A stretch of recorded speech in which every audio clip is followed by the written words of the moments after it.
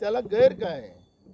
साकारामध्ये समजा जनतेच्या घामाचा पैसा ठेवला जातो, तो पैसा कोणी लुटत असेल तर निश्चितपणे त्याच्यावर कारवाई झाली पाहिजे, याच्यात गैर काय? 2008 मालेगांव ब्लास्ट में आज फिर एक जो गवाह था वो पलट गया, पहचानने से भी मना कर दिया है। आपने ये मुद्दा उठाया था और कांग्रेस भी ये मुद्दा उठा रही है, जिस तरह गवाह पलट रहे हैं इस केस में। देखो, ये कोई नई बात नहीं हो सकती।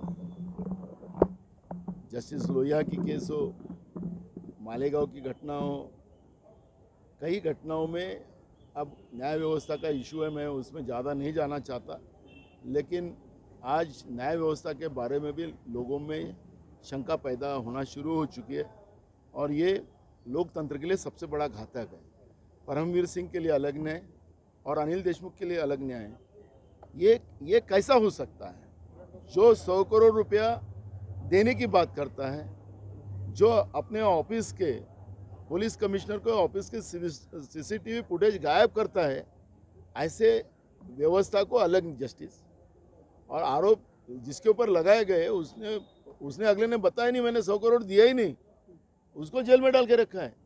तो हमें, मैं न्याय व्यवस्था के ऊपर संशय नहीं, लेकिन आज लोगों के दिमाग में ये बात घूम रही है और न्याय व्यवस्था के ऊपर का विश्वास, अगर लोकतंत्र में सबसे बड़ा विश्वास हमारा न्याय व्यवस्था के ऊपर है, ये विश्वास खत्म होना ये लोकतंत्र के लिए सबसे बड़ा घातक है। और इसलिए मालेगांव के प्रकरण में भी ये सब होने वाला है, ये सबको पता है क्या क्या होने वाला है, क्या क्या नहीं। जो कर्नल पुरोहित को गले लगते हैं, हाथ मिलाते हैं शादी में, वो भी सब लोगों ने देखा है। तो इसलिए मैं इस विषय में जाना नहीं चाहता।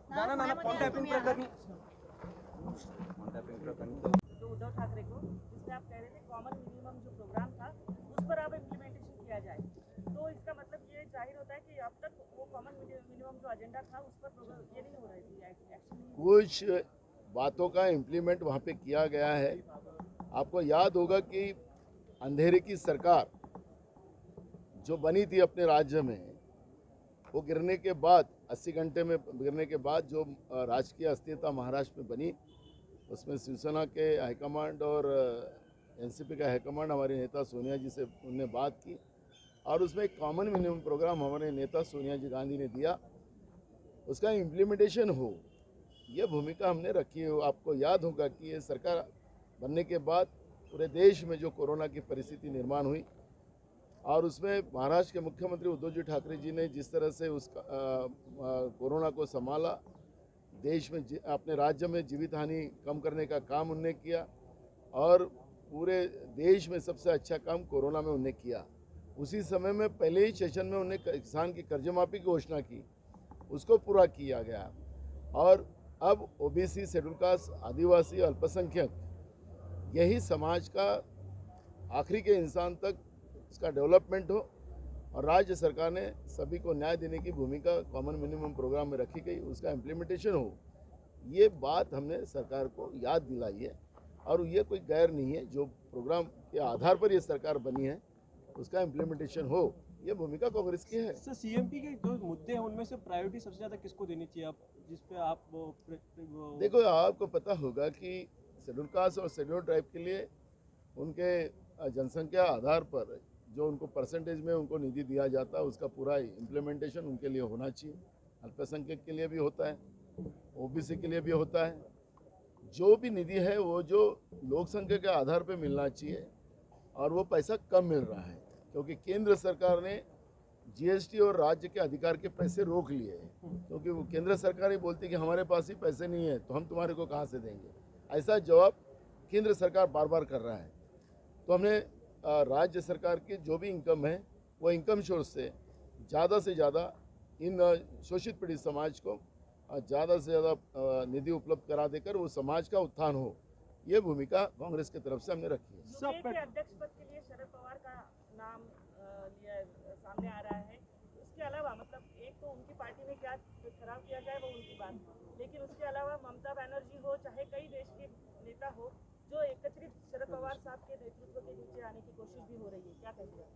आपको याद होगा कि तेलंगाना के मुख्यमंत्री उनने भी एक ठहराव कर लिया है, इसलिए मैं उस खेमे में नहीं जाना चाहता, मैं उस विचार में जाना नहीं चाहता। वो सब अपने अपने पार्टी के नेता है और उनके पार्टी के नेता वो बात रखने उनके कार्यकर्ता उनकी अपने पार्टी के नेता का नाम बड़ा हो, ये करना कोई गलत है। मैं उस बात को, मेरा कोई विरोध भी नहीं है, लेकिन राष्ट्रीय पार्टी कांग्रेस है और बीजेपी का मुकाबला कांग्रेस से कर सकती है और यूपीए का नेतृत्व कांग्रेस ही कर सकता है। ये सब लोग जानते हैं, मानते हैं, लेकिन इस बार ये सब बातों को हम लोग हमारा बहुत सारा कुछ बोलना गलत है। सर एक मिनिमम प्रोग्राममधल्या कॉमन मिनिमम प्रोग्राममधल्या अशा कुठल्या गोष्टी आहेत मध्ये आपण पाहिलं असेल की सगळा निधी वळता आपल्याला करावा लागला, विविध योजनांचा पैसा तिकडे वळता करावा लागला, एक मोठा बॅकलॉग त्याच्यामध्ये वाढलेला आहे। आपल्याला लक्षात असेल की नोकर भरती हा सगळ्यात महत्त्वाचा भाग आहे, शेतकऱ्यांच्या शेतीपंपाचे कनेक्शनचा भाग आहे। फडणवीसच्या सरकारमध्ये नोकर भरती संपूर्ण बंद केली गेली, शेतकऱ्यांच्या शेतीपंपाचे कनेक्शन बंद करून घेतले, OBC schedule caste schedule tribe अल्पसंख्याक लोकांवर अन्याय करण्याचं काम झालं आणि एक मोठा बॅकलॉग त्याच्यामध्ये वाढला 2 वर्षे कोरोनाचा। आणि म्हणून जादा निधी देऊन या सगळ्या गोष्टीकडे लक्ष करणं ही भूमिका आम्ही सरकारसमोर मांडली है। पेट्रोल डीजल की कीमतों को लेकर कांग्रेस लगातार आवाज उठा रही है, लेकिन रूलिंग पार्टी की तरफ से कुछ लोगों का कहना है कमी ना करके और बदनाम जो है वो केंद्र सरकार को कर रही है जिस तरह की। देखो, आपने झूठ मूठ की सरकार केंद्र में आई है, कितना साल झूठ बोलोगे? 2014 से लेके बार बार झूठ बोलकर देश वालों को कितना बुद्धू बनाओगे आप? ये अगर वो इतना ही अपने आप को होशियार समझते हैं कि हम विषय को बदलेंगे और डाइवर्ट करेंगे, दूसरे पे आरोप करेंगे, अब आरोप करने का काम बीजेपी का ख़त्म हो चुका है। जनता ने उनको बहुमत की सरकार केंद्र में दी है। 146 दिन में जब 5 राज्यों के चुनाव चल रहे थे तब 1 पैसे की बढ़त डीजल पेट्रोल और जीवनावश्यक वस्तु में नहीं हुई, एलपीजी में नहीं हुई। तो 140 दिन में के बाद ऐसा कौन सा भूकंप आ गया देश में कि रोज़ तुम कीमतें बढ़ाकर लोगों को उनके जेबें काट रहे हो, उनके जेबों में डागा डाल रहे हो? ये सवाल आज देश की जनता पूछ रही है। कांग्रेस तो पूछेंगी, कांग्रेस को अधिकार है, क्योंकि कांग्रेस ने जब कच्चे तेल के दाम अंतर्राष्ट्रीय बाजार पेट में ज़्यादा होने के बाद भी जनता को न्याय देने के लिए डीजल पेट्रोल और एलपीजी के दाम कम रखे थे और इसलिए कांग्रेस को अधिकार है। और जो लोग 56 इंची का सीना दुनिया को, देश को बता रहे थे, आज कहाँ गया 56 इंच का सीना जो देश की जनता के जेब काट रहे हैं? जनादेश तो फिर भी उन्हीं को मिल रहा है।